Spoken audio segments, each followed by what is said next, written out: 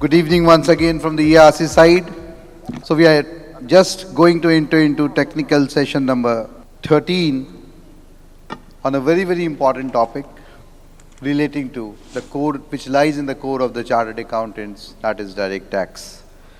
So we're going to have some discussion on direct tax regime 2025 simplification and the new horizon, and procedure for search and seizure and block assessment under the new Income Tax Act 2025. And in this process, let me first invite CA Roshan Agrawal, Chairman, Dibrugarh branch of AARC, and the hero of the entire conference, our Chairman, EARC, CA Vishnu Kumar Tulsianji. We request CA Roshan Agrawalji and CA Vishnu Tulsianji to please be on the dais.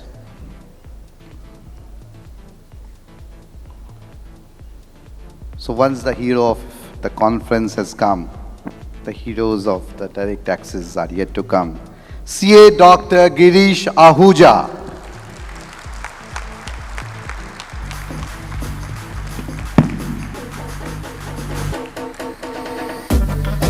Matter of pride for all of us that past president of ICAI and eminent direct tax knowledgeable resource CA Ved Janji is among us. May we all welcome CA Ved Janji, past president, Institute of Chartered Accountants of India. Action number 3, action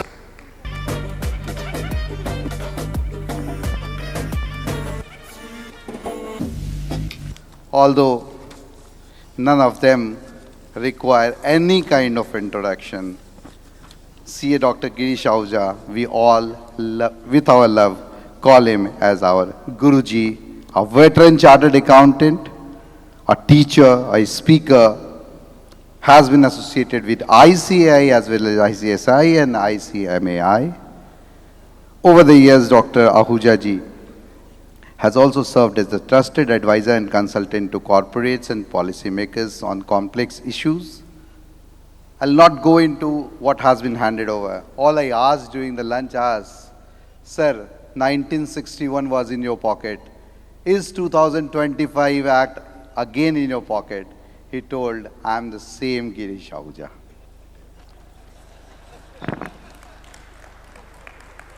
Let me introduce CA Ved Kumar Jain sir, Honorable past President of ICAI. He is highly respected professional with deep expertise in taxation, transfer pricing, and international taxes. He is the founder and mentor of Ved Jain Associates. He also serves as the chairman of the National Council on Direct Taxes of ASSOCHAM, one of the India's leading industry chapters. Following the Satyam crisis, he was appointed as the government nominee director on the boards of Metis Infra Limited and Metis Properties Limited, now renamed as Hill County Limited, where his leadership and strategic guidance were instrumental in successfully reviving these companies. A distinguished professional thought leader and mentor, CA Ved Kumar Jain ji continues to play a pivotal role in shaping the profession and contributing to the development of India's taxation and governance framework. May I request CA Vishnu Kumar Tulsianji to please welcome our past president with felicitation of Uttorio and small memento to him, please.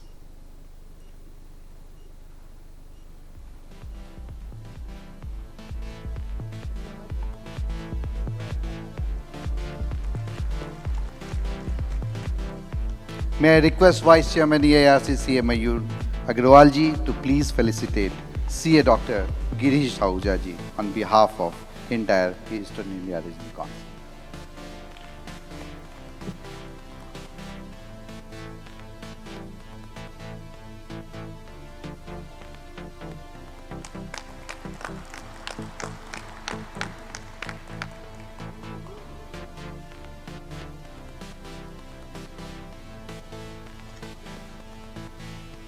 May I please request CA Vishnu Kumar Tulsianji to deliver introductory remarks.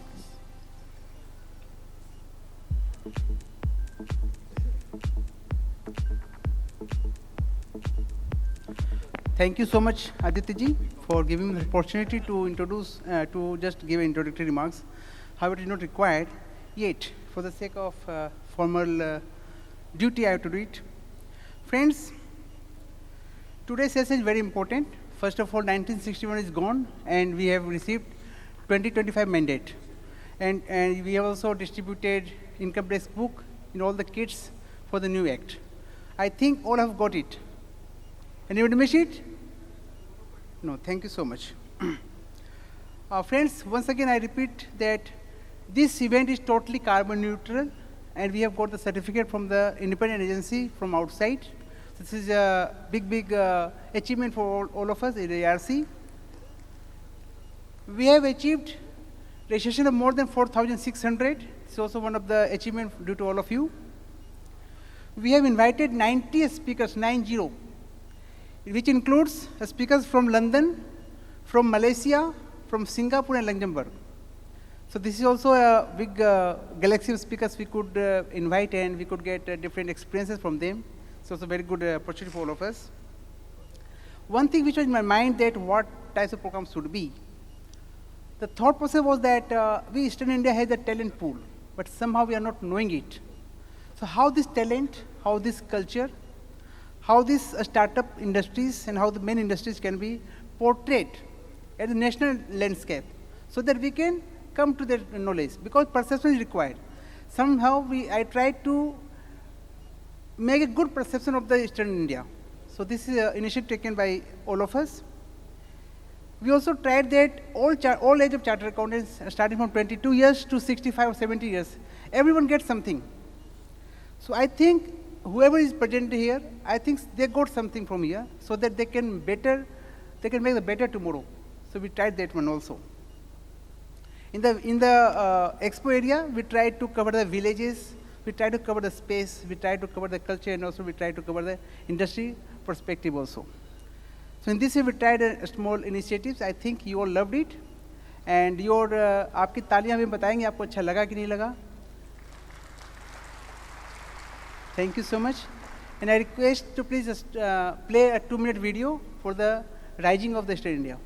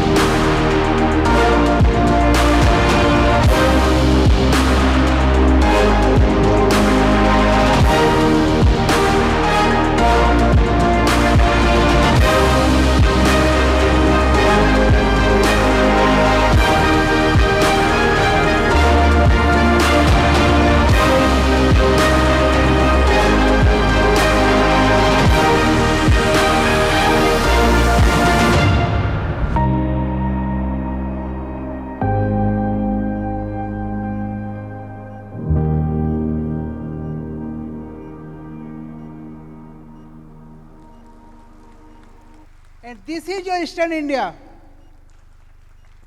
Thank you so much. After this program, please stay here, because Nitya from Bangalore Ashram is coming. She is coming to demonstrate how our inner energy works. So don't leave it. It's very important for us, for our family, for our children. Thank you so much.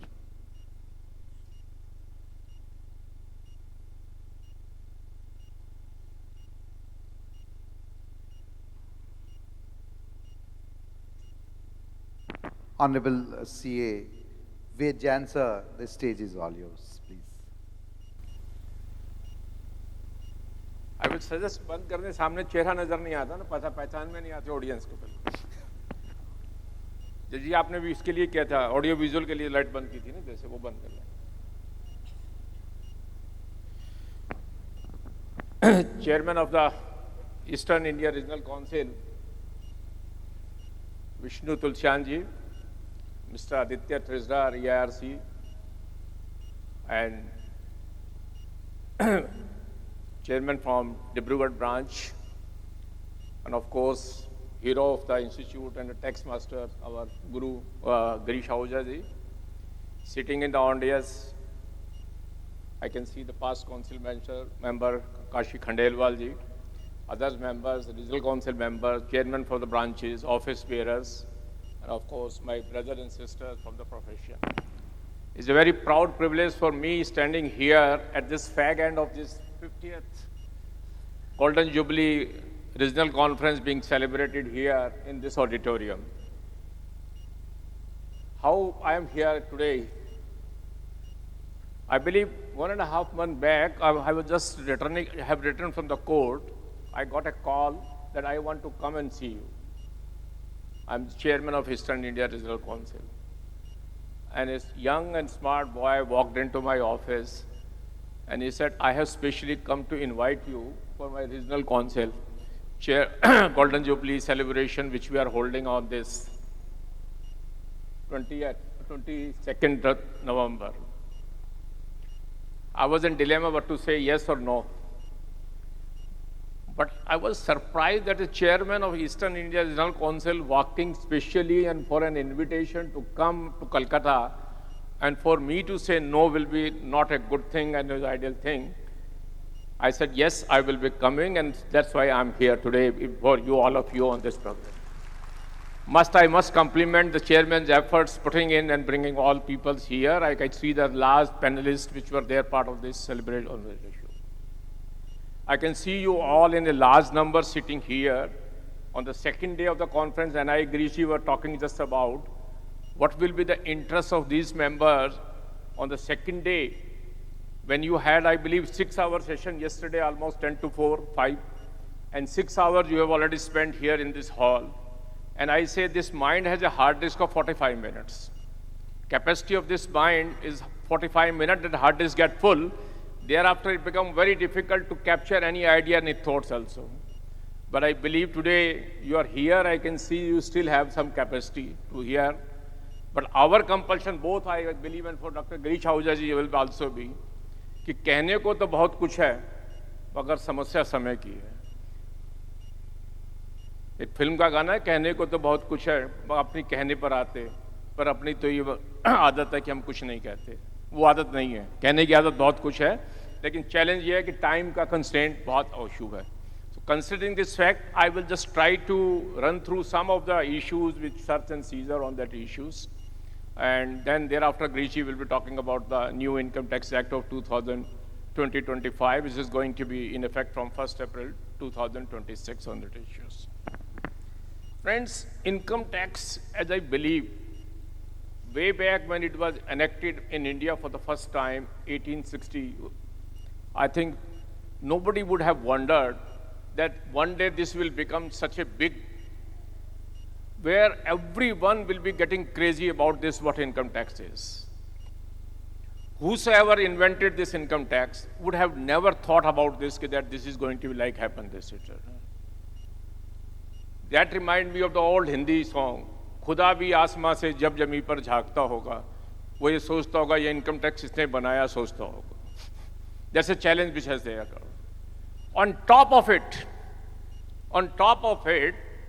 the people who administer this income tax make sure that every one of us remain busy for one reason or the other reason. He makes sure absolutely. You have enacted a law, you have made a law. If you don't make an amendment, what will happen? In my lecture, I just given one common example. Suppose when the budget comes or the finance bill is to be presented, all these bookings start, whole booking, that budget session will be there. People asking the speaker, please come and join at an event going on, organization going on. What would happen in case the finance minister stands in the parliament and after giving her budget speech part A, talking about various policy matters, then she says, now I turn to my part B, tax proposal, first I take up direct taxes. And this time it likely to happen. This time it is likely to happen on 1st February 2026.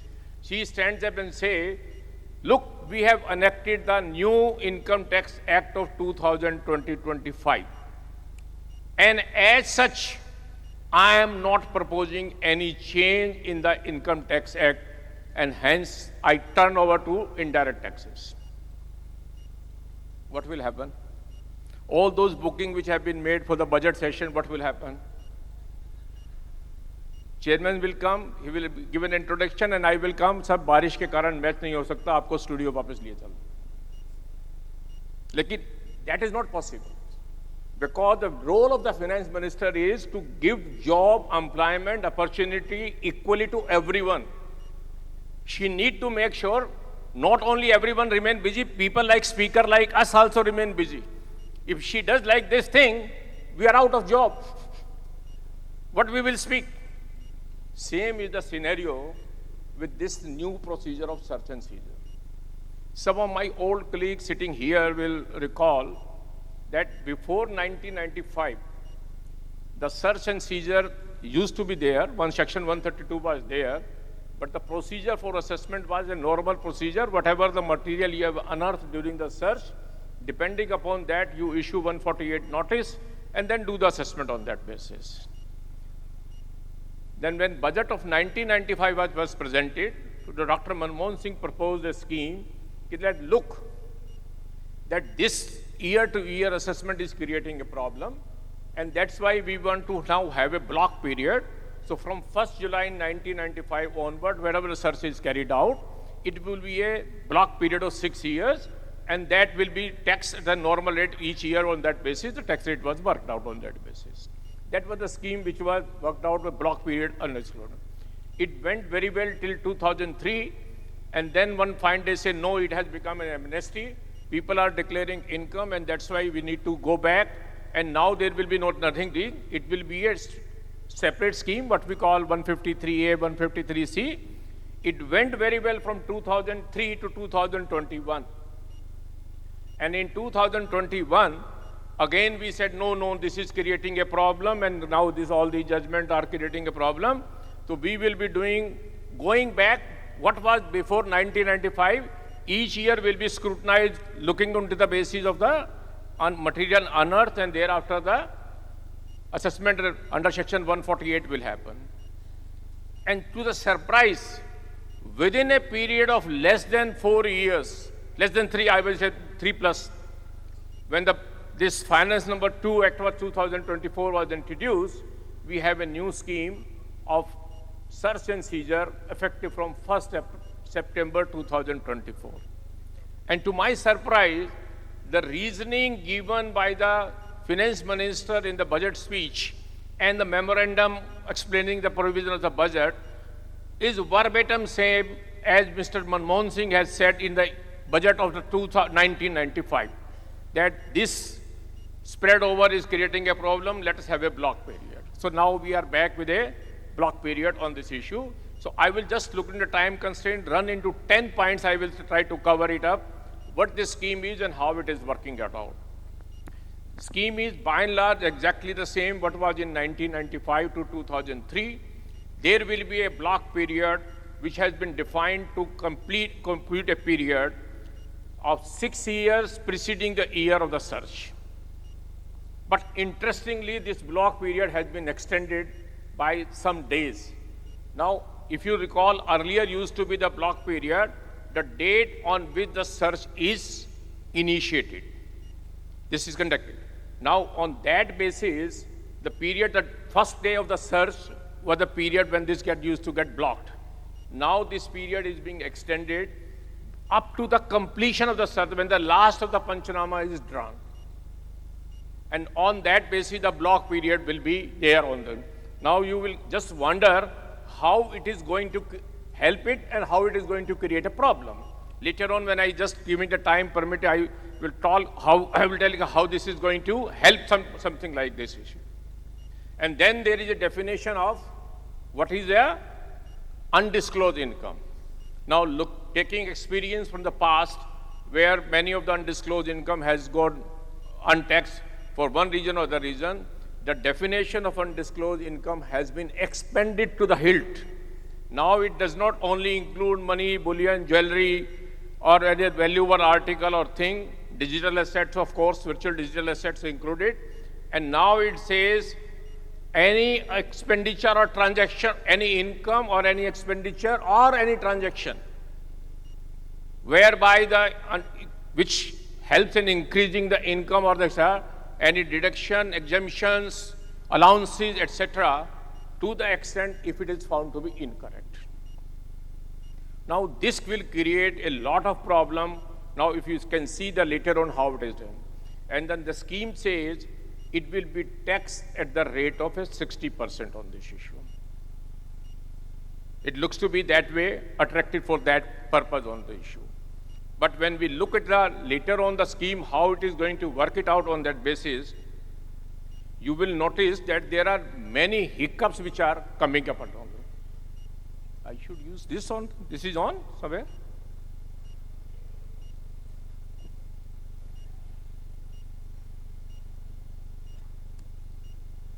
All right. This I've just covered. I just want to show you a few slides just for the purpose of understanding it. If you can see this, the period has been reduced from 6 years to 10 years, 10 years to 6 years. Period till conclusion of search covered. Now that's how I just told you out. And period can be 7 plus 1 year. Now how this can happen it? Suppose a search takes place on say 25th March and it get completed on 10th of April next year or 10th of May next year. Now the search year will be starting year and will get up to the 10th of April. So it can be 6 plus 1 plus 1. So that can be an extended period and that will be covered in the search year. Because now it is not saying only on initiation, it goes beyond that initiation also. Conducted replaced by initiated, I don't think this can be a challenge only. There are few judgments of the Delhi High Court as well as Karnataka High Court where a confusion was created. What is the meaning of initiated or conducted? But I believe the days the search warrant is executed, that will be the case of the search initiated or conducted on this issue here.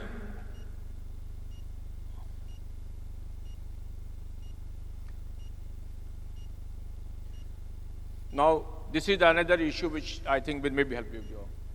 The word false replaced with the incorrect. As I said earlier, now how this is going to create a problem. If you look at the definition earlier, it says the word was any deduction, exemption or allowance which is found to be false. Earlier was false. Now the word is incorrect. Now suppose how the computation is to be done. You will have to file a block return. Whatever the income you have disclosed in a return of income, that will be there. And thereafter, the assessing officer will apply this concept of undisclosed income. He will recompute the income. Whatever the income you have already disclosed, that will go out. But whatever the income over and above will get taxed at the rate of 60%. Now, what can be the challenges?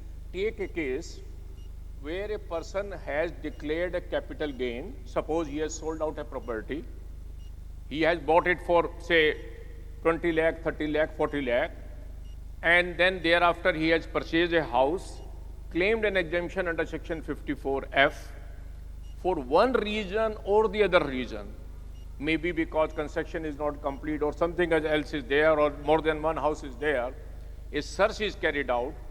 And thereafter, the assessing officer says, in block assessment, I am denying you the benefit of section 54F. Now, that claim will be declared to be an incorrect claim. Even if I have filed the return originally and shown this capital gain taxable, I would have been required to pay tax at the rate of 12.5% at best.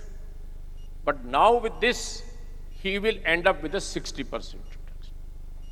Similarly, in case your regular assessment has not been done, an assessing officer on noticing that certain expenses are to be disallowed or some exemption which you claimed is not to be allowed, then all that will fall within the meaning of incorrect, and then you will run into a serious difficulty of a 60% tax. Now this is the outcome on this issue. I am still of the view that search and seizure is meant only to detect undisclosed income, but where there is a issue of an interpretation, where there is an issue that person has disclosed all facts, but there can be one view or the other view possible, and it can be called later on incorrect, but you cannot say it is a false. It was a valid argument. And on that basis, to tax at a rate of 60% probably may be a big challenge on that part. Now that computation of undisclosed income appears to be expanded even more than the definition of this issue. This is a complex issue, just I can skip it out, maybe at a time constraint I can leave it around. Now, earlier as we see 153A, 153C, the addition could have been done only for that year for which the material was available. But other year it was not possible. Now with this block concept coming up, if the assessing officer gets hold of an incrementing material for 1 year, he will be well in his power to extrapolate and tax you for other years also. He said no, similar action has been done in some maybe other year or other year, so he can tax it on that part also. Now, another fourth is the important point, to keep updated books of account. As I said, now your declared income comprises of 3 parts. One, where your return has been filed, that is your declared income. Where your assessment has been done under 143.1 or 143.3, that is your declared income.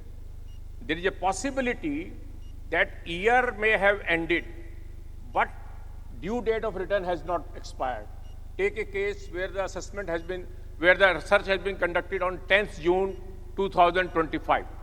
Or now for the return for the assessment year 25, 26 may not be due. Now whatever is recorded in the books of account, that will not be considered to be undisclosed, because that will be forming part of the books of account. Similarly, from 1st April to 10th June, whatever you have recorded in the books of account, that will also be considered to be disclosed, cannot be added. And on top of it, search has been initiated or conducted on 10 June 25, but concluded on say 15th August 2025. That period of 10 June to 25 is also covered in the search period. That whatever is get recorded during that period will also be get covered, will not be considered undisclosed. So meaning thereby, keeping updated books of account is very, very important. If we don't keep the updated books of account, so even whatever it may be disclosed later on may not be coming up. Now this poses some benefit or some challenges. Now take a case where your account books are incomplete for 5 days, 10 days, 15 days. You can run into difficulty, the transaction not recorded. Take a case where the person is not required to maintain books of accounts. What happened in the case of those peoples? Take a third case, because it covers the transaction which are from the due date of initiation of search to the completion of the search. Assessee records all those transactions during this period. This becomes disclosed. Now, if I consider this to be a message, if assessee goes on conducting all business transactions, whether books of account or outer books of account, should be duly recorded in the books of account, and after filing the return, he deletes the data, then he is safe. Because if you are making cash sales or you are making sales outside the books of account, but you go on recording in the regular books of account, so that as and when search is carried out, you will not be taxed on a higher rate, you will be taxed at a normal rate on that income. But once you have filed the return, then data gets erased out, then probably you may not be on that position also. So this is another scenario which can be productive or counterproductive on that part. Now, these are the expenses, as I said earlier, in the part on the basis of the entries in the books of account. Then period from initiation to conclusion is also excluded. Interest or to non-working, this is also calculated. Set of loss, this need not be discussed on that part.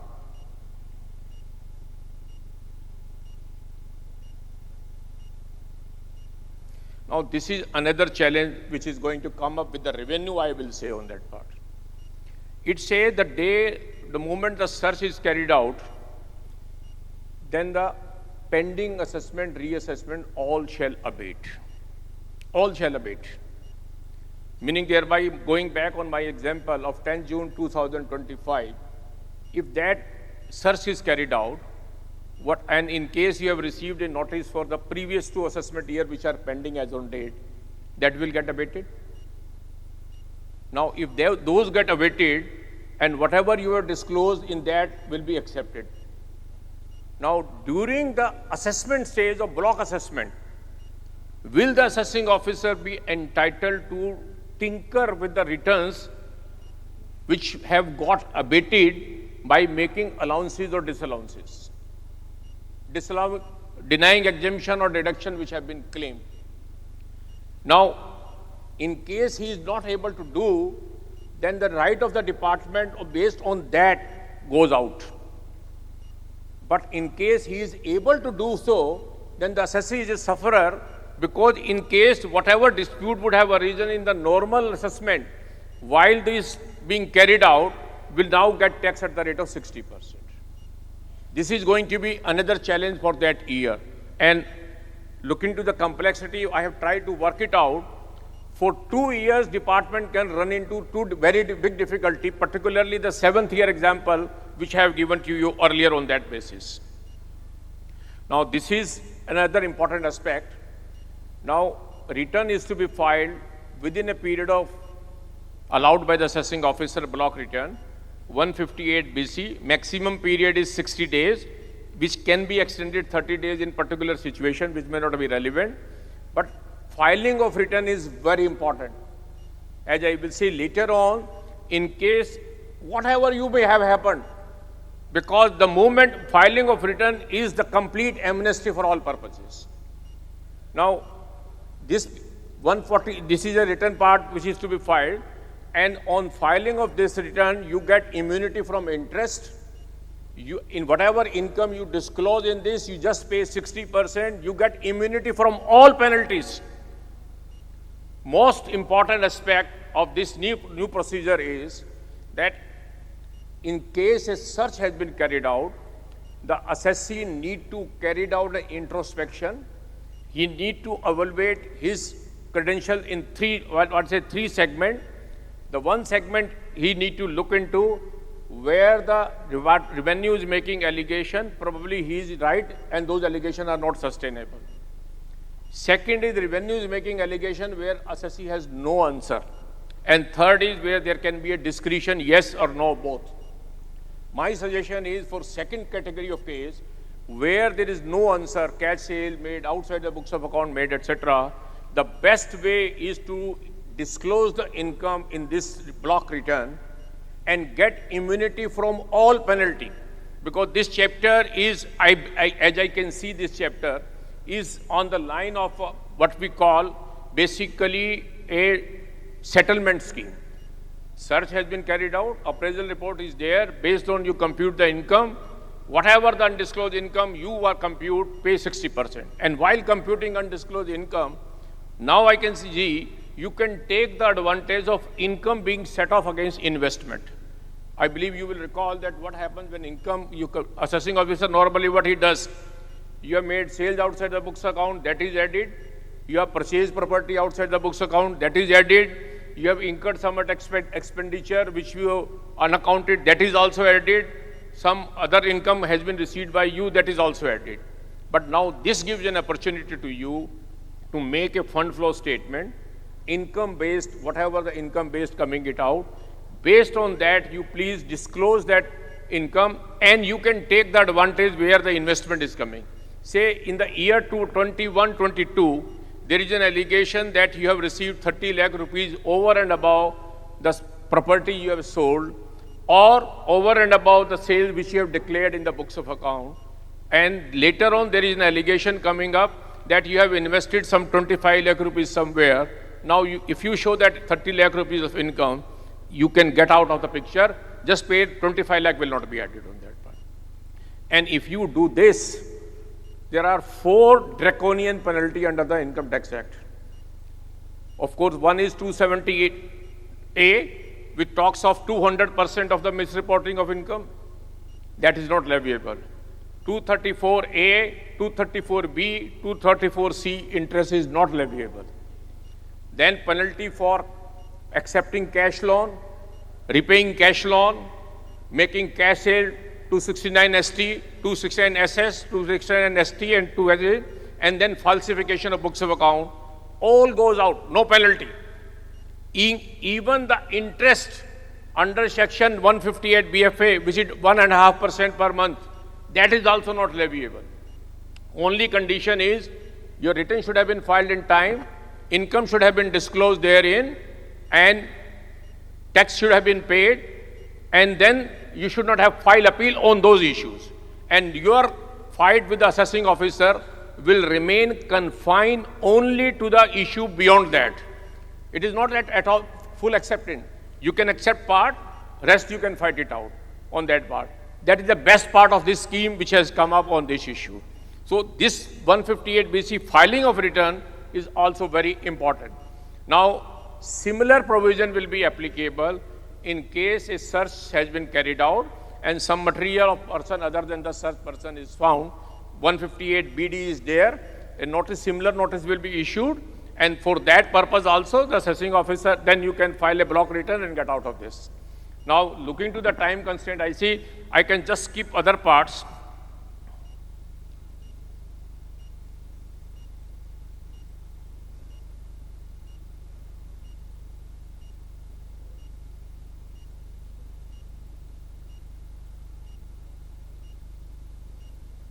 Now, this is the 3 points which I just run through. No immunity in case of belated return of income.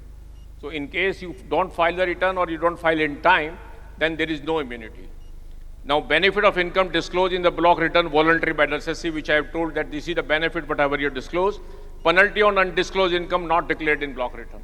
So, that penalty is 50%. So, you can end up with 60% plus 30%. If you disclose 60%, and I believe 60% is a win-win situation from both sides, because block period comprises of 6 year preceding year, and if I apply the interest of 230 ABC and there is an income on which you have not paid the taxes, assuming the tax rate would have been 35% including surcharge thereon, and period of 5 years 60% interest, so somewhere it comes to 60%. So it's a win-win situation for that purpose. Now this is the most important aspect. Probably those who have not gone through this process or where the client has come, one need to be very careful about this. This is the ITR form which one need to keep in mind.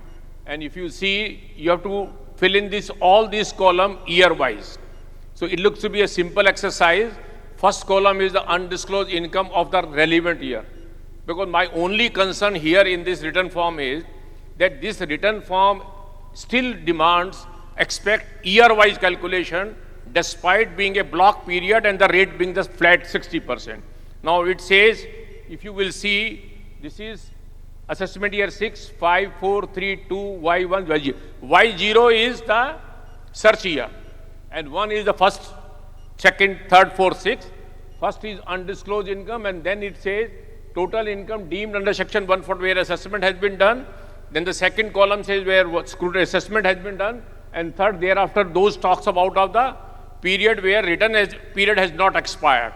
So this talks about of this, but thereafter the challenge comes here. Now he asks you, please tell me whatever the additional income, undisclosed income you are disclosing, under which head of income it falls. How you will compute? शादी में खर्चा किया, उसका पर्चा मिल गया, किस head में income लेके जाएंगे? कोई और इन्वेस्टमेंट मिल गई कहीं की हुई, कैसे पकड़ने लगेगा? अगर इनकम का सोर्स मिलता है तो आई कैन अप्रिशिएट कि दैट वर्क इट आउट, और टॉप ऑफ इट इसके साथ रिकंसाइल करना है. अब ये बताइए इस हेड के अंदर कैसे लेके जाएंगे? वो पूछ रहा है, आप ये बताइए कि जो आप अनडिस्क्लोज इनकम ईयर 6 में डिक्लेयर कर रहे हैं, अज्यूमिंग 21-22 में, वो मनी है, ये बुलियन है, ज्वेलरी है, अदर वैल्यूएबल आर्टिकल है, एक्सपेंडिचर है, incorrect claim on account of expense, incorrect claim on account of exemption. Incorrect claim on account of deduction, incorrect, और ये फिगर का टोटल रिकंसिलिएशन करना है. I believe those who have done some cases before the settlement commission, probably they may be aware how to handle this situation. Now, even if you intend to disclose the income and you find that under which head it shall be declared, only saving grace probably in this case is, in settlement you were required to substantiate whatever you are saying, the source of income, etc.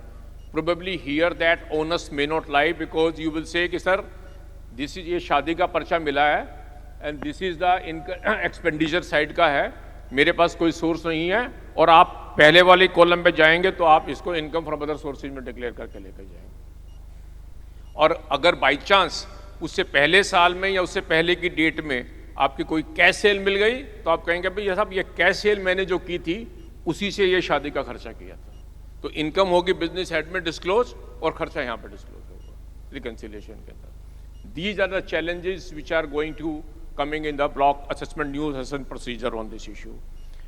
My own assumption on this fact is that what is whosoever has drafted this scheme, probably he has gone with the idea of the settlement commission, but at the same time this scheme is still to be tested, as we have faced hurdles in the case of 153A and 153C, we have faced hurdle in the 148A, etc. I see no reason that again these hurdles will not come up. The biggest challenge which the taxpayer will have, he will declare the income under one particular head, take benefit in other head. Assessing officer will challenge that this is I am accepting, but beyond that I am going. That's the biggest challenge which will be coming up on this issue. But one thing which always wonders me, where was the need to change so abruptly, which I started in the beginning. You had pre-95, you have pre-2003, you have pre-2021, you have pre-2024. Changing over the scheme, I could not make it out what it is there. But still, I consider from the perspective of the taxpayer, this is one of the best remedy available, and on a lighter side, on a serious. Now I have come across few cases where a person is being issued 148 notice based on certain information which department gets, cash sale, bogus purchase, etc.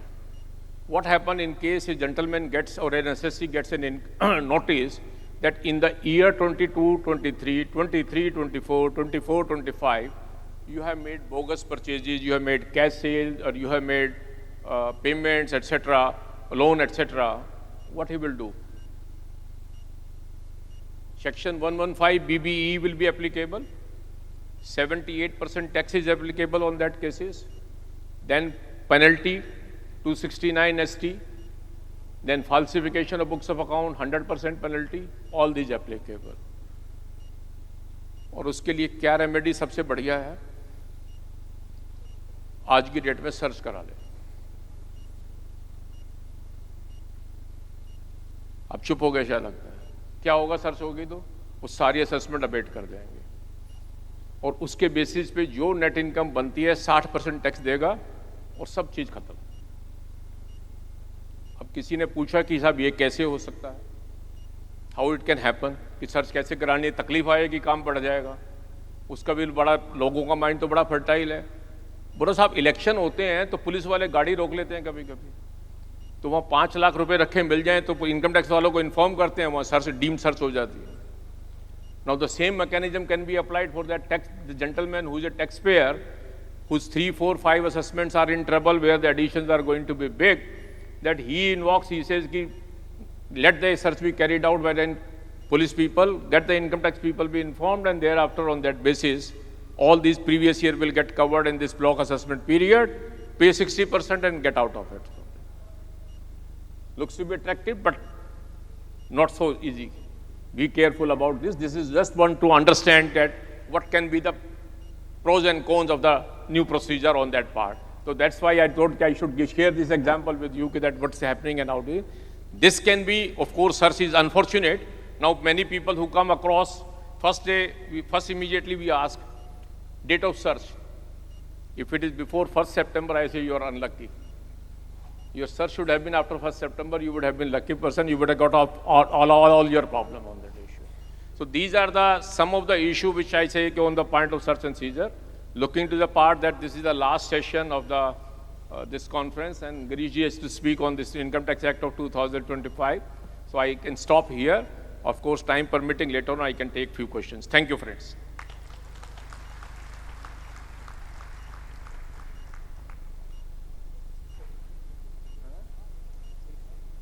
Madam Sitaraman ji was informed that nowadays chartered accountants are reading less of income tax and taking lot of interest in GST. So she thought and changed some assessment procedure. The entire block assessment procedure was changed. But later again she was informed that experts like Vedjan sir is explaining the things in such a simple manner. Again, chartered accountants are not taking so much of interest in direct tax. Then she told that, let me change the entire blocks of income tax, and hence Income Tax Act 2025, and hence Girish Ahuja ji. Thank you.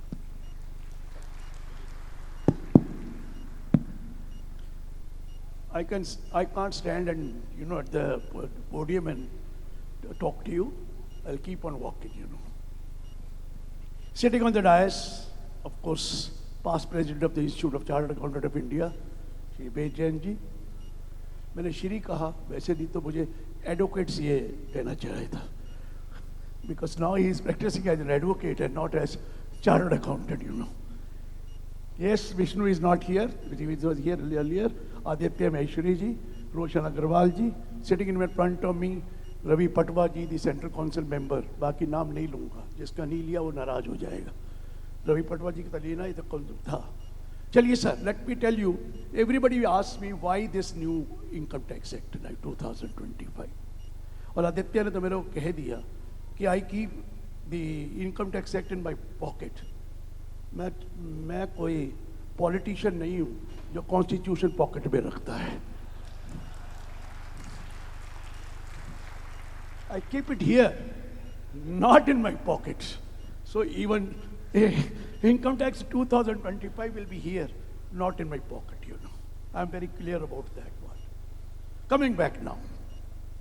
Well, let me tell you, sir, what really has happened is, there had been so many changes right from 1961. And everybody knows we have been given sections have been allotted, and there were 298 sections in 1961, and there are still 298 sections in 1961, that is 2025. Everybody knows 15, 16, 17 for salary, 22 to 27 for house property, 28 to 44 for business and profession, 45 to 55 capital gain, and 56 to 59 is other sources. But if you have to bring any amendment in business chapter or business head, what could you do? It was watertight. You had to at 28 to 44. So 44 capital A, 44 double A, 44 AB, 44 AD, 44 A, भूल गए या नया डालना है, 44 ADA, 44 B, 44 double B, BBA, triple B, BBC, ये sub section से तो हैं. 35, 35A, 35AB, 35AC, 35AD, 35E, all these are sections. 111, 112, 112A, 115, 115A, 115AB, 115AC, 115AD, 115AE, 115. These are all sections. 115B, BA, BAA, BAB, BAC, BAD, BAE, these are all sections. BAB, BBA, triple B, BBC, BBD, BBE, BBF, BBG, BBH, BBI, BBJ, ये sub section ही तो हैं. So many sections were introduced, all with capital. These sections have been given now a number. So now there is nothing in capital. So numbers have been given. There were many sections which were inoperative, which were not applicable. I used to say somebody, you must read one section every day. And they agreed to that. And one day I get a phone from him after 4 hours. Sir, I read one section. It took me 4 hours. I said, don't worry. Sir, listen to me. Last line, it is not applicable from assessment year 2009-10. So we still don't know whether it is applicable or not. I said next time when you read, either see the last line or the first line. You will come to know whether it is applicable or not. So those sections have been done away with.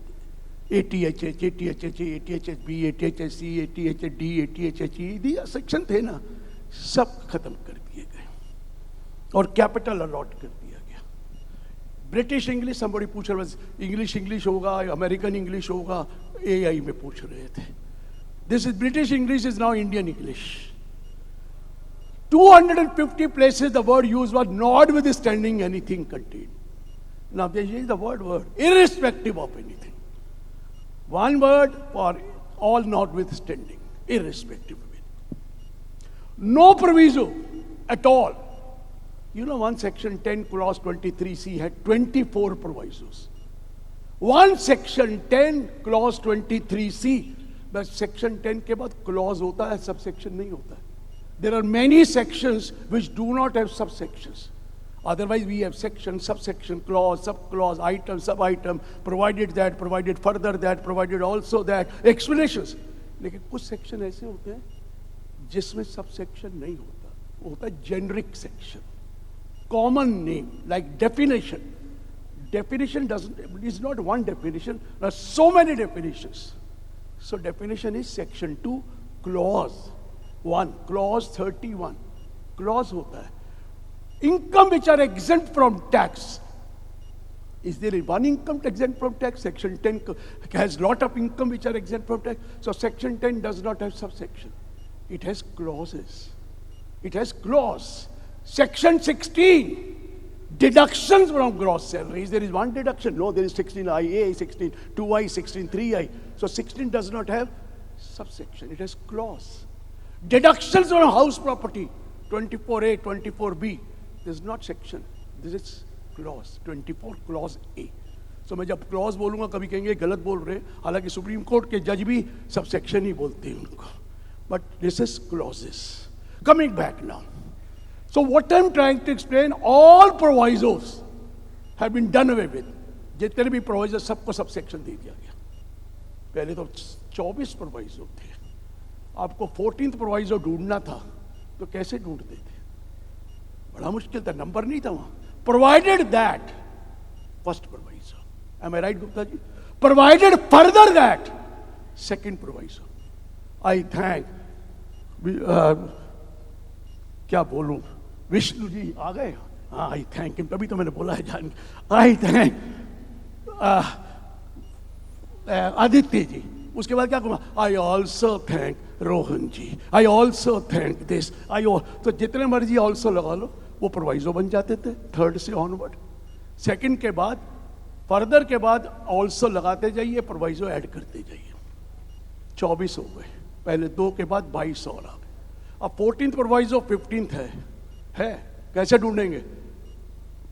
Act खोलेंगे, numbering डालेंगे, 2 के बाद 3 4, और आपको 15 add करना है 14 के बाद. कोई बात नहीं, 14 के बाद एक और ऐड कर दीजिए, वो 15 हो जाएगा, 15 वाला 16 हो जाएगा. तो कीप ऑन एडिंग ऑल्सो. सब खत्म. Now they are revised. No explanations. All explanations have been given. Subsection. No explanations. All subsections. So there is no proviso. There is no explanation. There is no capital sections. जैसे अब business का chapter आ गया 28 to 66. 67 capital going का है. 26 to 66. 26 से पहले एक house property का है. मैं परसों पूछ रहा था उनसे, अभी बजट आ रहा है, अब बिजनेस के चैप्टर में अमेंडमेंट लाएं तो क्या करेंगे? कहते डाल देंगे फिर कैपिटल ए. हम क्या करेंगे? 66 ए, 44 ए डालना पड़ेगा बाद में भी. अभी तो पुराने पाप धो दिए. और ये पाप करे किसने थे? किसने ये इतने ज्यादा सेक्शन लाए? ये सारे लर्नड आप ही बैठे हैं. आप लोगों की वजह से ही सेक्शन आते हैं. हम लोगों की मतलब, आपका मतलब मैं भी बीच में इंक्लूड हूं, ऐसा नहीं है. क्योंकि हम लूप होल ढूंढते हैं, वो कैपिटल सेक्शन डालते हैं. फिर लूप होल है, वो और डाल देते हैं. फिर उसके नीचे भी लूप होल ढूंढते हैं, तो वो प्रोवाइजो डाल देते हैं. उसके भी और आते हैं तो प्रोवाइजर फर्दर डेट डाल देते हैं. ये सब दोबारा आएगा.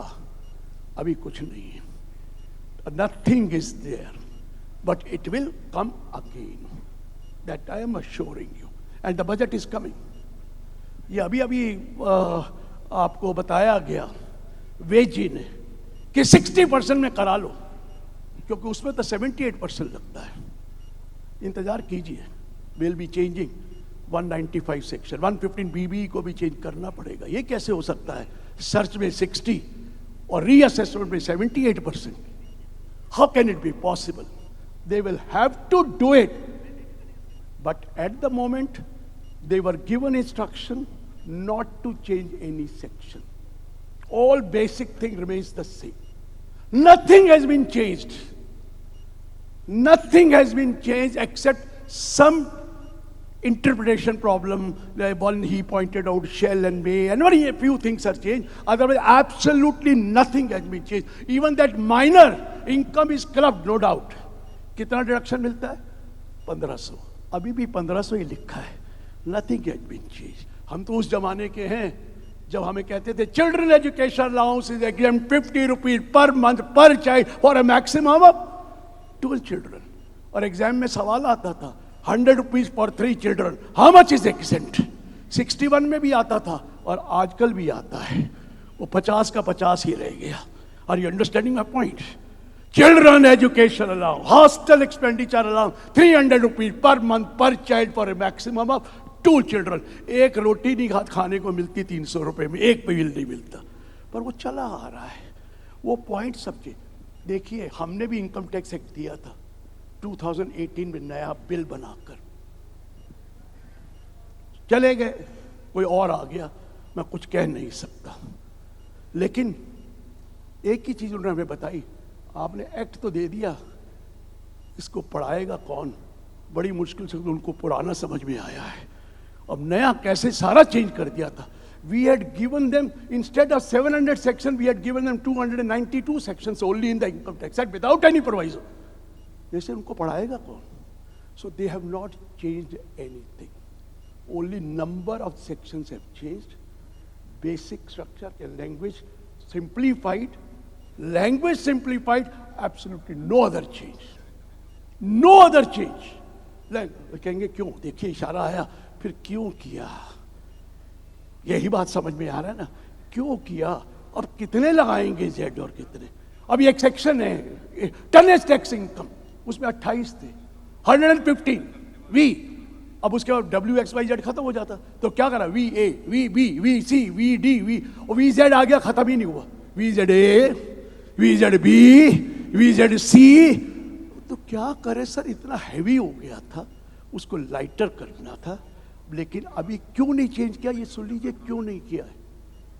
If I had changed it और यू हैड चेंज्ड इट, तो पता कैसे लगता क्या चेंज हुआ है? कोई चेंज नहीं करा. अब पता लगेगा जब बजट आएगा क्या क्या चेंजेस डालनी है. Very good point which we had told them. We told them not to change anything. क्योंकि तो हमें कैसे पता लगेगा कौन सा सेक्शन चेंज हुआ, कितना चेंज हुआ, what is the thing to be changed? Language is different. Language simplified, as I'm not able to say, but basic concept is the same. इसलिए चेंज नहीं किया. अब 1 फरवरी में जब आएगा, पहली को आता है कि कब आता है? 1 फरवरी happens to be Sunday. I don't know whether it is going to be on 1st February or not, because last time it was Saturday, so it was there. But this time it is Sunday. I don't know whether it is going to be on 1st February or the 2nd February. That anybody knows. But what I'm trying to explain, कोई change नहीं है, accept section number बदल गए. कोई basic change नहीं है, ये understand कर लीजिए. और अच्छा ही हुआ, नंबर ही बदलेंगे ना, बदल लेंगे, कर लेंगे. और सीए नहीं करेगा तो कौन करेगा? If this GST is successful in this country, it is all because of chartered accountant. कोई कर ही नहीं सकता था GST को successful. I am telling you. और हम we are used to hard work. हमें क्या फर्क पड़ता है? पुराना भी याद किया, कर लेंगे आस्ता आस्ता. नया ले लीजिए, डाउनलोड कर लीजिए. Old section, new section, comparative chart. New section, old section, comparative chart. Keep it on the table and read every day. You will be able to follow something. और मुझे खुशी है, हमारे क्लाइंटों को भी सेक्शन याद हो गए थे. कम से कम अब तो हमसे पूछेंगे ना। उनको भी every section they knew it. अरे ये सेक्शन है ना, ये सेक्शन 54 है, 55 है, वो क्या होता है? अब बता कौन सा है 54, बता तो दे मुझे। Are you getting my point? कोई बात नहीं, हमारे को मेहनत करने की आदत है। We have done hard work earlier also and we will do hard work, we will remember. मैंने भी याद करना, आपकी तो फिर भी टेबल पे रखोगे, मुझे तो पुराने के बदले नए सारे याद करने पड़ेंगे। आज तक जिंदगी में कागज नहीं रखा, रेपुटेशन थोड़ी डाउन करनी है, करना ही पड़ेगा यार, और करेंगे। 80 I am doing it, why can't you do it? I am telling you, we will do it, there is nothing in it, we will certainly do it. और हमने जिंदगी में यही तो सीखा है, हार्ड वर्क करना। रिटायर नहीं होना हमने, we don't retire, I will not retire. भगवान से कह रखा है चलते चलते ले जाइयो, लेकिन रिटायर नहीं होऊंगा मैं। So I'm telling you, don't worry, nothing has changed. Section 1 वही है, सब सेक्शन 1 हर एक का ही होता है। Short title, date, applicability, date of commencement, यही है।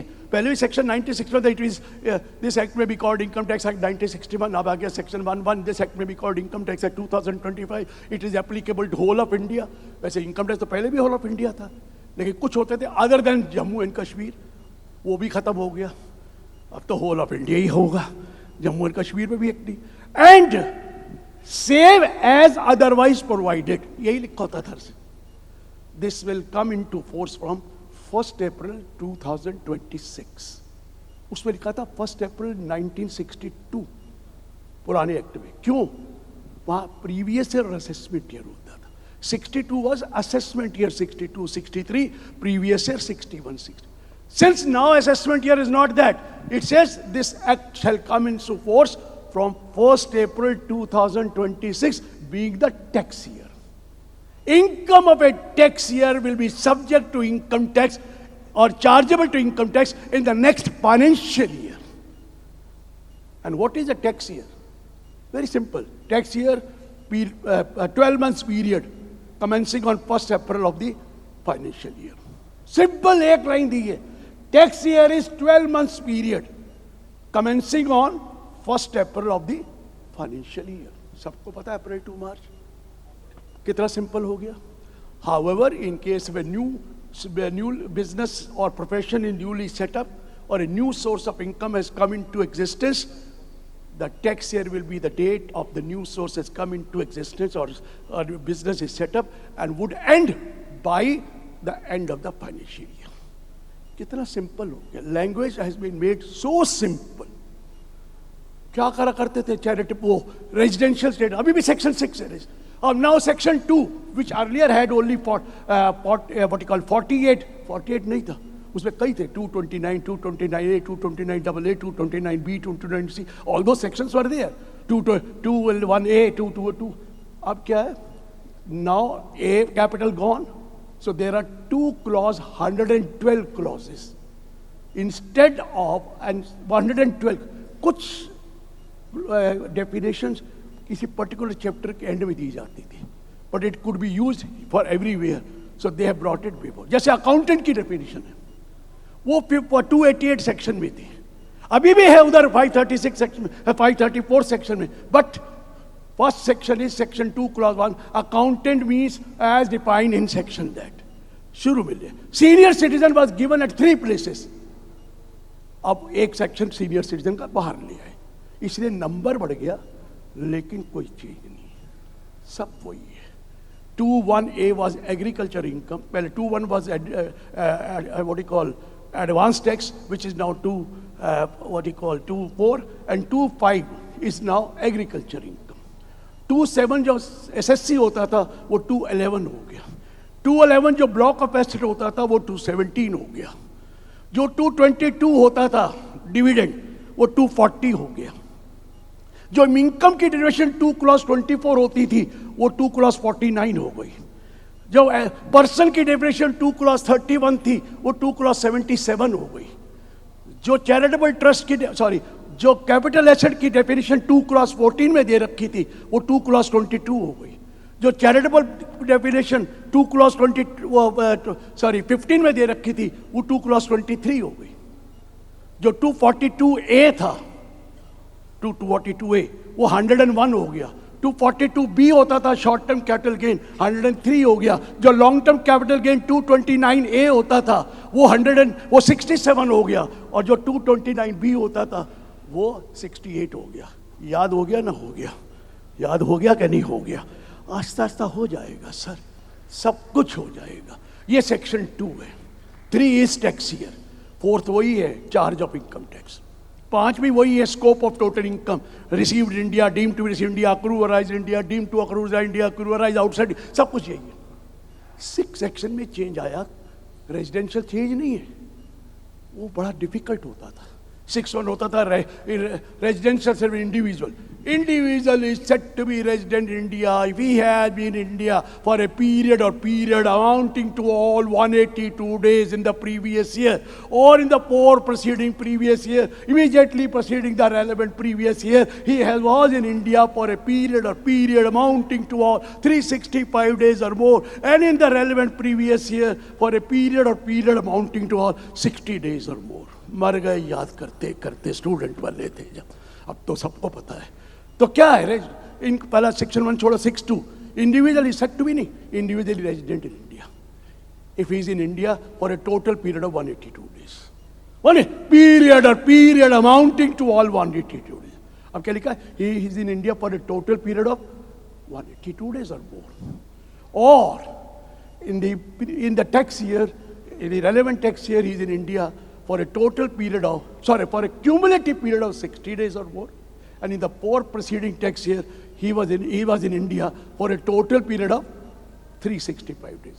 लैंग्वेज सिंपल लगी ना मुझे, तो फायदा हुआ, नुकसान तो नहीं है, चेंज तो कुछ नहीं किया है, लैंग्वेज सिंपल कर दिया, और सिंपल होना चाहिए था। फिर क्या लिखते थे?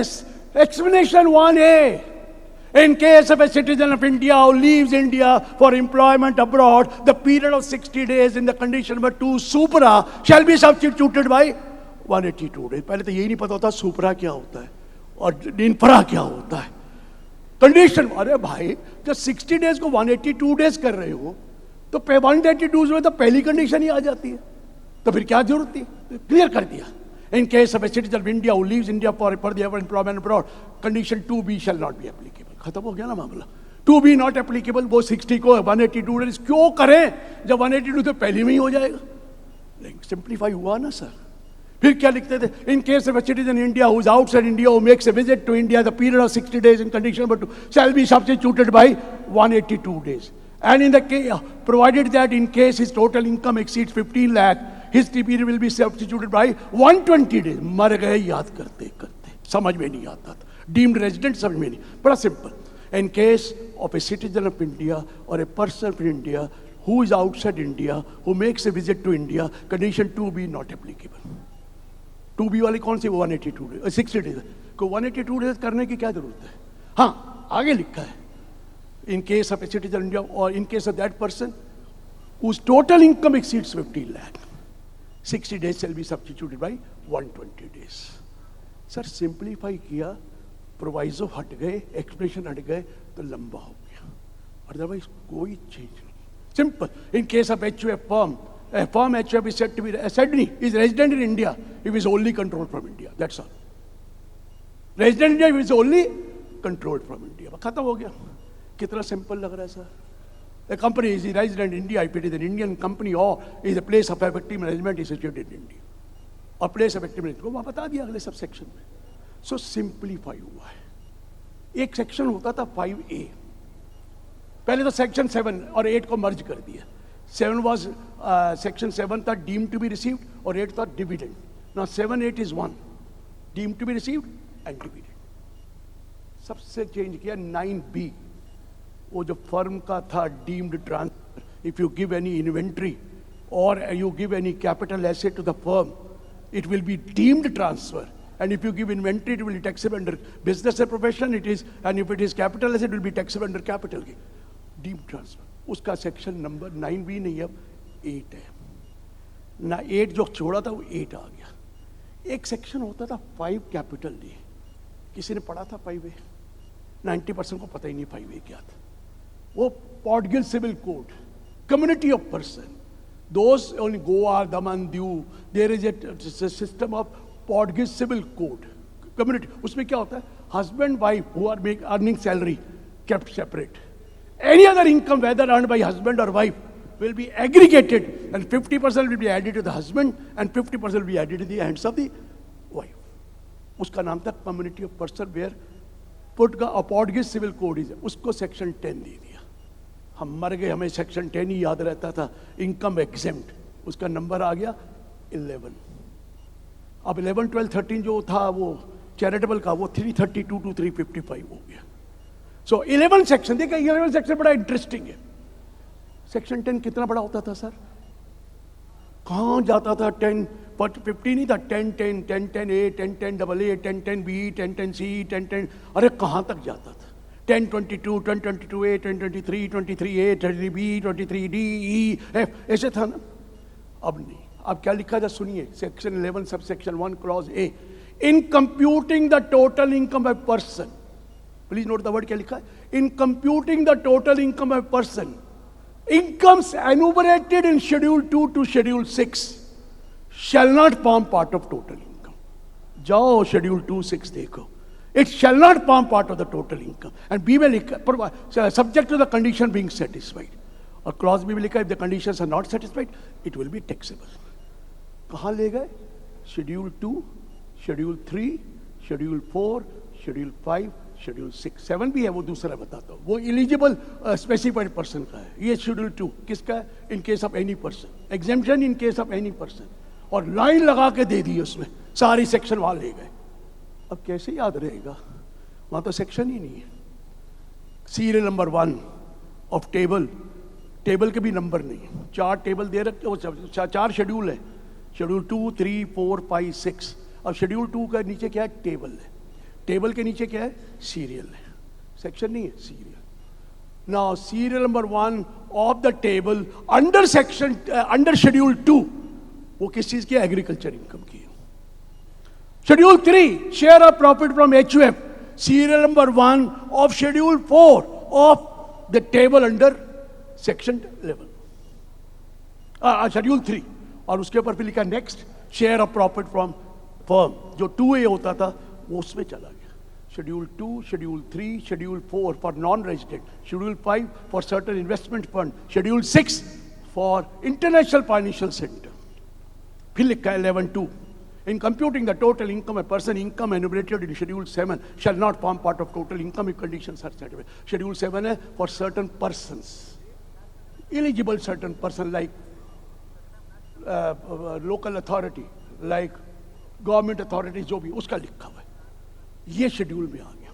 बिजनेस कनेक्शन की कंडीशन शेड्यूल 1 में डाल दी। Now 11 is over, now 11, 12, 13 shifted, 12A और जो 13A, 13B होता था पॉलिटिकल पार्टी, इलेक्टोरल ट्रस्ट, उसका सेक्शन 1 कर दिया, उसका नाम रख दिया सेक्शन 12, और लिखा है कंडीशन स्पेसिफाइड इन शेड्यूल 8। ना शेड्यूल 8 में जाओ कंडीशन, यहां तो माफ है। सिंप्लीफाई करा, लेकिन क्या है? Front light, back heavy. 16 schedules are there, 536 sections are there, 16 schedules. पहला शेड्यूल बिजनेस कनेक्शन, दूसरा, तीसरा, चौथा, पांचवा, छठवां मैंने बोला इनकम एग्जेम्प्ट, सातवां बोला जो ये वाला what you call electoral trust and political party, schedule 8। ये सारे शेड्यूल बना दिए उन्होंने जो थे, ये शेड्यूल आके पीछे कर दिए। जो 80C था उसके लिए भी शेड्यूल बना दिया 15, schedule 15। So what I think there are 16 schedule, but there is nothing to worry. अब डेफिनेशन में एक ही चीज चेंज करी है। चाइल्ड की डेफिनेशन थी सेक्शन 2 क्लॉज 41 में, कुछ नहीं किया। 291 क्या हो गया? पहले सॉरी रिलेटिव की डेफिनेशन। रिलेटिव की डेफिनेशन में क्या होता था? Relative means husband, wife, brother, sister, linear ascendant, linear descendant, यही है ना रिलेटिव की डेफिनेशन। 241 में था। अब प्रॉब्लम है किसी हिंदू लॉ में लिखा है कहीं जगह पर कि पेरेंट लीनियज देखी जाती है, मेल लीनियज, और मदर की लीनियज नहीं देखी जाती। किसी जगह लिखा था 56(2)(10) में भी यही प्रॉब्लम आती है। You can take gift, can you take a gift from your नाना नानी? अरे क्यों नहीं ले सकते? वो कहते थे लिखा है मैं हिंदू मेल में तो मेल लीनेज होती है, तो मैं गया था उसको ठीक कराने, तो उन्होंने कहा ये सिर्फ हिंदुओं के लिए तो नहीं है ना, this income tax act is for all types of person, all religious purpose, तो इसलिए वो नाना नानी से ले सकते हैं। लेकिन इस बार क्लियर कर दिया, क्या करा, relative includes brother, sorry husband, wife, brother, sister, lineal ascendant, whether maternal और पैटर्नल, क्लैरिटी देने के लिए किया है, whether maternal ascendant, whether maternal और पैटर्नल, और lineal descendant. That is the only change which has been done in relative, and same holds good in section 292 subsection 2M, वही 50C 210 वाला, वहां पर भी वो लिख दिया वेदर मैटरनल और पैटर्नल। अच्छा किया, क्लैरिफाई करने में कोई दिक्कत तो है नहीं, ये सब किया है सर, मैं आपको बता रहा हूं ना। 15, 16, 17 होता था पहले salary, M I right sir? अब 15 to 19 सैलरी है। What is 15? वही charge of salary. Salary is taxable due basis whether or any arrears salary shall be taxed in the year in the arrears are paid. Salary paid to the partner shall not be taxed here. It will be taxed under the head business and profession. यही लिखा था charge से, अभी भी वही है। पहले 16 क्या होता था? Deductions. अब 16 नहीं है, अब वो 19 हो गया, वो बताऊंगा।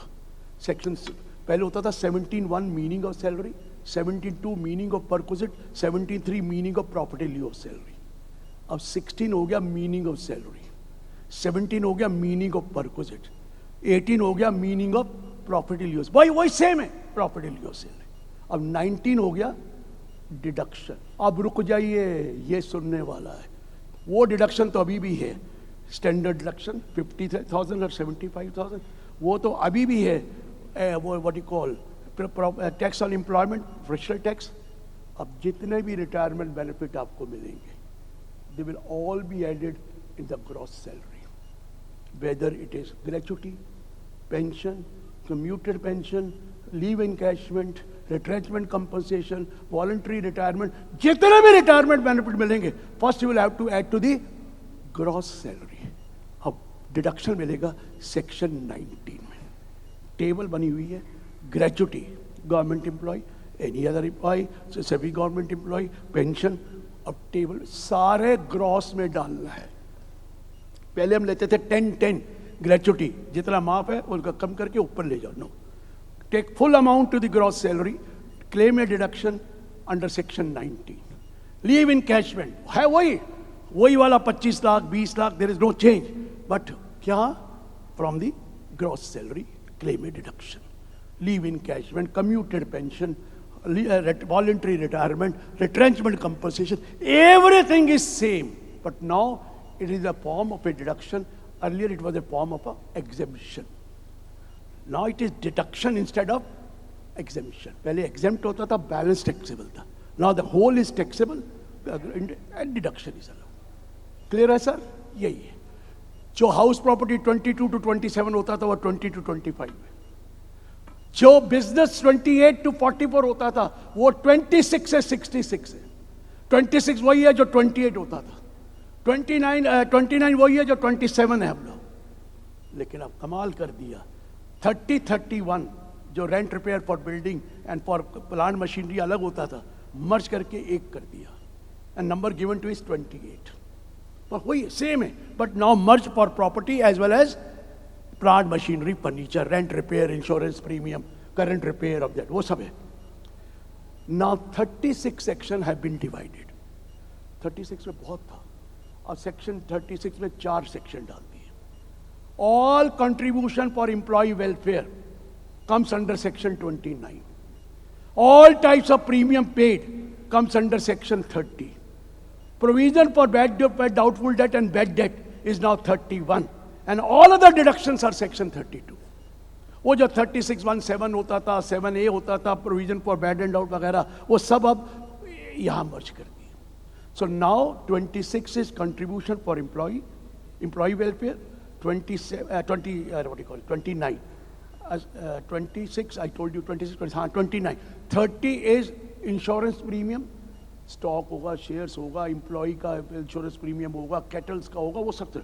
उसके बाद 31 bad debts and provision for bad and doubtful debts, 32 other deduction। जो डेप्रिसिएशन 32 होती थी वो 33 हो गई। और बड़ी इंटरेस्टिंग है, जो 37 था वो 34 हो गया। और बाकी जो वो थे साइंटिफिक रिसर्च, ये T development account, coffee development account, site restoration fund, preliminary expenses सब हैं, वो अगले सेक्शन में डाल दिए। लेकिन 34 इज नाउ 37, जो old 37 is now 34। 35 is 40 capital A, sorry small A, वो जो 30% ADS वाला। 40 सेक्शन वही एक्सपेंसेस विच आर डिसअलाउड, वो कौन सा आया? 35। Am I right? 35। 36 is 40 capital A, वो जो 10,000 वाला, 10,000 से ज़्यादा पेमेंट नहीं कर सकते स्पेसिफाइड पर्सन को नहीं, वो 40A is now 36। 37 is what? 43B। जो पहले 43B था वो 37 हो गया। जो deemed income chargeable to tax था 41, वो 38 हो गया है। जो अकाउंट्स बनाने थे 44AA, वो 62 हो गया है। जो ऑडिट कर रहे थे वो 63 हो गया है। जो 44AD है, 44AE, वो 58 हो गया। एक टेबल बना दी। 1 in case of any business other than number business classified, and 2 in case of transport business, 3 in case of specified profession। एक ही जगह लिख दिए। पहले 44AD होता था, फिर ADA था, फिर ADAE था, तीनों को मिलाकर 58 कर दिया और सबकी कंडीशनें वहां डाल दी। सो सेक्शन 3 का एक बन गया ना, इनका एक बन गया। अच्छा, 44B था, BB था, BBC था, BBD था, एक और सेक्शन था, सबको मिला के 61 कर दिया। 5 सेक्शन का एक सेक्शन। सर TDS कितना बड़ा होता है? 192, 193, 194, 194A, 194B, 194, सारे सेक्शन है। DA। अब 2 ही सेक्शन है TDS के। एक 392 for salary and accumulated provident fund, and 393 for all TDS। 4 table बना दी, in case of resident, in case of non-resident, in case of other। अरे सर टेबल देखनी पड़ेगी। और 193, 194, 194A, 194, 114B, 194B, सब उसी में है, एक ही टेबल में है। और जो नॉन रेजिडेंट के दूसरी टेबल में 195, 197, 198 सब है। But only 2 sections for TDS, 392, 393. 1 section for TCS, 394. 1 section for compliance, 395, 396, 198 जो पुराना था। घबराने की जरूरत नहीं, नो चेंज। जो भी चेंज आएगा 1 फरवरी को आएगा, जो भी अमेंडमेंट आएंगी और फर्दर एक्ट में आएंगे, जब भी आएगा। So absolutely nothing to worry. जो 139 था वो 263 हो गया है। पहले 360 से घबराहट थी, 263 हो गया। 262 139AA पैन नंबर हो गया। 264 139B जो टैक्स रिटर्न प्रिपेयर था वो 264 हो गया। 265 वेरिफिकेशन रिटर्न जो 140 होता था। 266 साइनिंग ऑफ द वो advance sex, sorry self assessment sex, वो 266 हो गया। 267 अपडेटेड रिटर्न हो गया। 268 जो 142 होता था। 263 जो 142A होता, 262 एंड 263 जो 139 होता था, वो 139 में चला गया। 263। आपने देखा कि क्या चेंजेस आई है? कोई ज़्यादा चेंजेस नहीं है। रीअसेसमेंट अब 277 हो गया, जो 148 होता था। 148A 278 हो गया। 148 वो सारे वही सेक्शंस हैं। लेकिन याद कर लीजिए, बहुत लाइकलीहुड है जो 115BB था वो 195 हो गया। 115BB is 195। वो जो स्पेशल रेट है 60%, 25%, उसमें चेंज आएगा। 196 is 111A, 197 is 112, 198 is 112A, sorry 112, yeah. 199 is 115BA, 200 is 115BAA, 201 is 115BAB, 202 is 100BAC, वही वाले हमारे। 203 is 100BAD, 204 is 100BAE, वही तो सेक्शन है, सारे सेक्शन वही है। 67 is now 45, 68 is now 46, जो 46 is now 68, 46 is now 69, 47 is now 70, same section वही है। 47 is now 71, 48 is now 72, sir, 49 is 73, 54 is now 82, 54 is now 83, 54.5 is now 84, 54B और 54D जो आएगा, 86 is for 54F. नंबर ही बदले हैं सर, अंदर कुछ नहीं बदला, सिर्फ लैंग्वेज सिंप्लीफाई की है। तो ऐसे घबराने की कोई जरूरत नहीं है। There is nothing absolutely to worry. जितने भी चैप्टर था 11, 12, 13 चैरिटेबल ट्रस्ट के और 115 बीबीसी, 115 बीबीआई, 115 टीडी, कई जगह पे था 164, सबको उठाकर 332 से 355 कर दिया। अभी भी ओल्ड रिजिम है, को बोला था चेंज नहीं करनी। कहां से 80C to 80U है, 80A है 122, बाकी 123 से लेकर 154 वही है जो 80C to 80U है। सिर्फ 80 TTA और TTB को मर्ज कर दिया 153 में। यही क्या, वही सेम है सर, सेम है। जब आप 67 to मैंने बताया 91 is capital gain, 92, 93, 94, 95 is 56 to 59, 96, 97, 98, 99, 100 is वही जो 60 to 64 होता था। और जो हमारा 68 है वो 102 हो गया। जो 69 उसका नाम बदल गया, वो थे पहले cash credit, now it is unexplained credit. जो 69 है वो 103 हो गया। जो 69 और AB मर्ज करके 104 हो गया। जो अनएक्सप्लेन्ड एक्सपेंडिचर 69 से 105 हो गया। जो हुंडी था 106 हो गया। और 107 नया डाला कि वो 195 में टैक्स लगेगा 115 BB वाला। तो इसलिए कोई घबराने की जरूरत पड़ी? कुछ बदला तो है ही नहीं, सेक्शन ही तो बदले। Nothing has change, sections have changed, maybe some language somewhere changed, which will give work not to me but to the person sitting here जो लिटिगेशन करते हैं उनको कहेगा या शेल लिखा है पहले, मैं लिखा था क्या हुआ, देखो इसका मतलब। M I right? लिटिगेशन तो आप करते हैं, मैं थोड़ी करता हूँ। मैं तो लिटिगेशन बचाने की कोशिश करता हूँ। मेरे को बहुत रोज कहते रहते ये क्या आपने ये बदल दिया, ये बदल दिया। मैंने कुछ नहीं बदला, जो बदला आपके फेवर में बदला है। लेकिन ये है जो हम करते थे वो कर नहीं सकते हम, वो बदल गया जमाना, क्योंकि अब तो डिजिटलाइजेशन का जमाना है। Everything they know much more than what you know about yourself. Annual information statement में देख लिया ना क्या है, अभी तो और देखिए क्या आने वाला है। I will not tell you what is going to come there. Every information they have, they are getting exchange of information for 123 countries. FIU में आता है। और इंडिया में भी एक और है, सेंट्रल इंटेलिजेंस ब्यूरो। देखिए कितनी इंफॉर्मेशन है, सब इंफॉर्मेशन। वो कहते हैं आपसे ज़्यादा आपके बारे में हमें पता है। जमाना आने वाला है जो कहेंगे आपकी रिटर्न तैयार है, साइन कर दो, जान खत्म हो गया काम, हमें सब कुछ पता है आपके बारे में। They know everything about you. तो वो जमाना चला गया, अब बदलना तो पड़ेगा। नहीं बदलोगे तो मैं क्या करूं? मोदी जी नहीं बदल देंगे सबको। वक्त बदल गया। अब मैं कुछ नहीं कह रहा, मैंने यहां के बारे में कुछ नहीं कहा है, मैं सेंट्रल गवर्नमेंट की बात कर रहा हूं। और मेरे घर जाना है सर, मैं कहां से बोल रहा हूं? Nothing has changed. No I am not saying anything here, but what I am trying to explain, it is not because of mister Modi, it is because of digitalization. It is because of now they are using that. और AI ये पता नहीं क्या है AI। आधे सवाल के जवाब ही गलत देती है।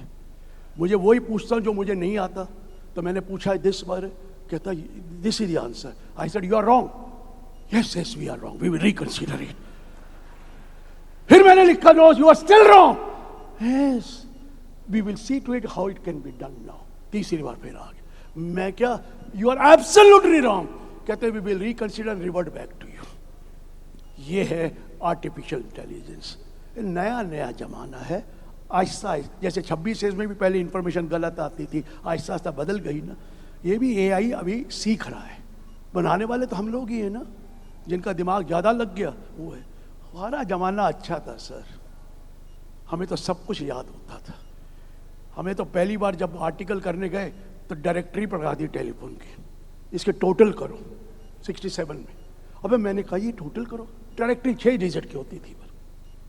हम कर रहे थे 5-6 दिन, कैलकुलेटर होता नहीं था। 70 में आया तो एक सीनियर आया, क्या कर रहा है? मैं कहा टोटल कर रहा हूँ। क्या तो उनको भी क्या पता, लिख दे जो लिखना है, लेकिन अप्रोक्सीमेटली ठीक होना चाहिए। अप्रोक्सीमेटली ठीक होना चाहिए, बस टोटल कर रहे। सर वी कैन अभी भी टोटल करते हुए चाहे कंप्यूटर करे एक बार एक हाथ से करते जरूर है। हम लोग पुराने लोग हैं सर, ट्रायल बैलेंस मिलाते थे, पार्टी हुआ करती थी दफ्तर में। वो जमाना क्या था और ये क्या जमाना है, आर्टिफिशियल इंटेलिजेंस, दिमाग ही खत्म हो जाना है। एक सीए का तो दिमाग है, वो भी खत्म मत करो sir. Don't believe in artificial intelligence. हाँ, हेल्प लेना अलग बात है, but don't believe in that. There are lot of mistakes in that, and particular in income tax I have not tried anything else. अब ये मैं कोई पूछूंगा और मैं कहूँगा मेरी बीबी बता दे, कहा हाँ आपकी बीबी वहाँ पैदा हुई है।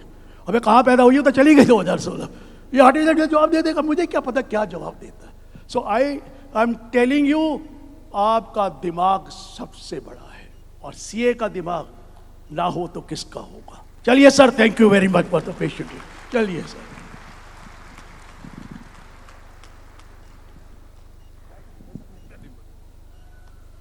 Thank you, C. Dr. Girish Ahuja ji. We'll have a question answer, only couple of question and answer session. We are running short of time, and we'll request the members not to leave because immediately we are going to start up the presentation of Nitya ji from Art of Living, wherein she is going to demonstrate the power of meditation. Her eyes closed and she will be able to see everything even after the closure of her eyes. That was already demonstrated during the inaugural session yesterday. Any question, specific question, if any member wants to ask, we have a panel of the learned experts of direct tax. If not, I would request C.A. Roshan Agrawal ji, Chairman, Dibrugarh branch of EIRC, to put vote of thanks, and I'll request the experts to remain once, even after the vote of thanks.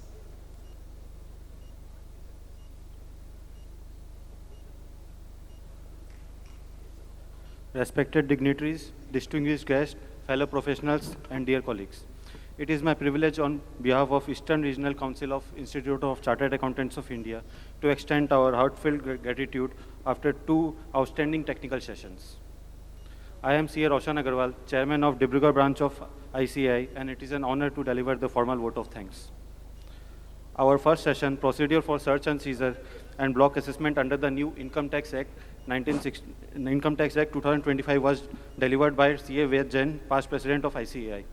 Sir, your insightful discussion on notable changes under the pre-amendment and post-amendment frameworks, including the block assessment period and the evolved definition provisions, has provided valuable clarity on the transition to the new regime. Your explanation of practical challenges and safeguards available to taxpayers is immensely enriching. We express our sincere gratitude. The second session, Direct Tax Regime Simplification and New Horizons, was led by Direct Tax Guru Dr. C.A. Girish Ahuja sir. Sir, you explained with great clarity that while the Act largely retains the same foundational language, it has only simplified for the ease of understanding, with significant reduction in the number of sections and rationalization of the structure. My thanks also goes to the EIRC leadership, the Regional Council Organizing Committee, and every member of the dedicated team who have worked tirelessly to make this Golden Jubilee edition a truly memorable one. Once again, on behalf of the Eastern Regional Council of ICAI, I convey my sincere, deep gratitude to all the speakers and each one of you to be present here. Thank you. Thank you, Roshan ji. May I request C.A. Ved Jain sir and Girish Ahuja sir to please be on the dais. Thank you, Roshan ji.